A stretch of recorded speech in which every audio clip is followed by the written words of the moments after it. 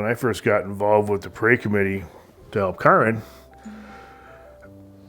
I got a different awakening of how things work too, because at that time I was mostly just a spectator. But then the parade director at the time was very adamant about the Grand Day Parade is grand. It is spectacular.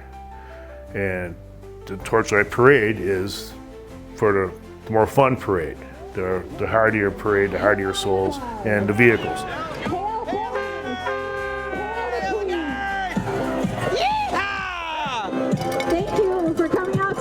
The coolest celebration honor. I'm a Saint Paul boy.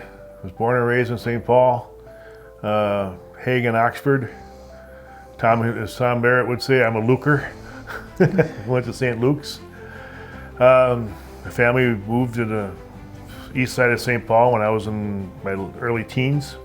My mother remarried and I became a St. Paul girl in McAllister Groveland area.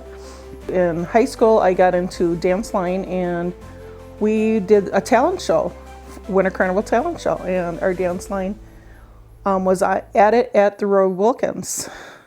And then there was also the Winter Carnival dance line competitions that was held at the original Civic Center. And I also worked for a company that gave back volunteerism hours. I worked for H.B. Fuller, and it was, oh yeah, volunteer for this and that, and a lot of their employees were also people in the carnival, and it just grew. It was my second family. Well, my parents, back in the day, they both were in drum corps. My father was in Hookham Cow, and my mother was in Griggs Cooper. And they met during the carnival, and then later on they got married during the carnival.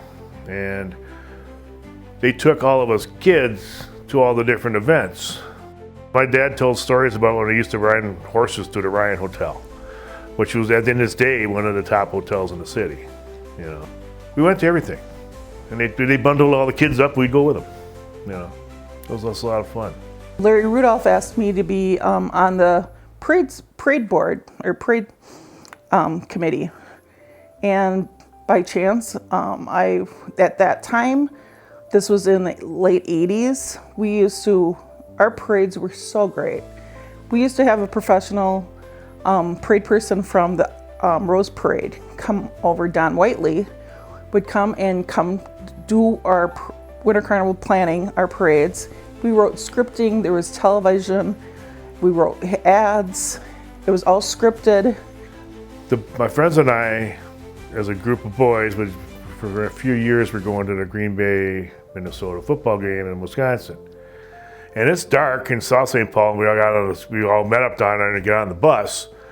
We got into Green Bay, long story short, got into Green Bay, and they had a tailgate party for the whole group.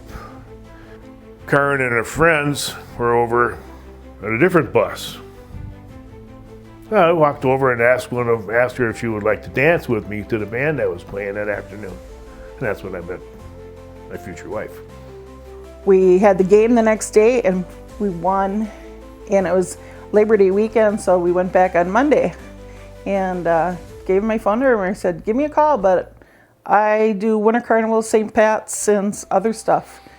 I like to do this stuff, so if you don't like it, don't call me.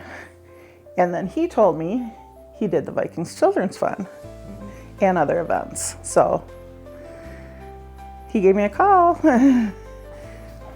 Our first official date was at O'Gara's. I made him wait 2 hours. Yeah, she ran late. And my prenup is that you get to do all your Winter Carnival stuff. And St. Pat's and Green Bay, and you can hunt and fish all you like. Yes. I know after 9/11, our parade director was Scott Haas at that time for Winter Carnival, and the next year we were able to do the Guns and Hoses parade that went down Snelling, and it was so breathtaking being able to see all the different organizations or cities. It was sad and tough, but I mean, it was so cool to see everybody come back and do something like that. You saw people come out later on trying to mend each other, get through it. And it was important that, we tried to help each other. Because you know what? If we don't help each other, you're not helping anybody. You find something that you enjoy, and you might think that somebody else might enjoy it too. Volunteering is giving and getting. Learning something new, helping someone else, it's giving back. And I think we've gained so much. Been so lucky to. We have often said that we wouldn't have done it if it wouldn't have been fun. That was always our caveat. We'd say we wouldn't do this stuff if we wouldn't have fun doing it.